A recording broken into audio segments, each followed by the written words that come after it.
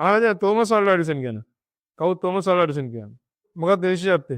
එයා හොයාගත්තේ මොකද්ද? විදුලි බල්බය.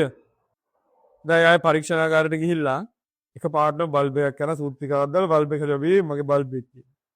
හදුවද එහෙම? අර බල්බ් එක ගැන පරීක්ෂණයක් කරලා තිනවා 1000කට වැඩිය. ඒ 1000ට වැඩි අවස්ථාවක අසමත් වුණා. ඊට පස්සේ පත්‍ර වාර්තාකාරයෙක් ඇවිල්ලා අහනවා එඩිසන් ඔයා මෙච්චර පරීක්ෂණ දහසතරකට මේකට උත්සාහ කරා. ඔයා අසමත් වුණා. ඔයාට දුක නැද්ද කියලා අහලා. බලහින්න කාට දුකින් දාලා තියෙනවා. මොකක්ද එඩිසන් දෙය දෙන උත්තරේ? මට දුකක් නැහැ. හැබැයි මම බල්බ් එකක් හදන්න බැරි ක්‍රම 1000ට වඩා හොයාගත්තා කිව්වා. හරිද? හැබැයි අවසාන මොකද උනේ? අවසාන හොයාගත්ත හරියට බල්බ් එක හදන ක්‍රම. ඊට පස්සේ ආය කවදාවත් වරදුනාද?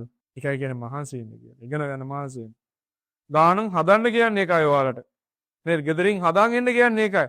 සමහර ඔයාලා හදන්න බැරි වෙන්න පුළුවන්. හැබැයි ඔයාලා හදන්න උත්සාහ කරනවානේ.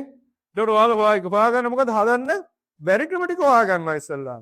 හැබැයි ඔයාලා පුතේ අවසාන හොයාගන්නවා හදන්න පුළුවන් ක්‍රම.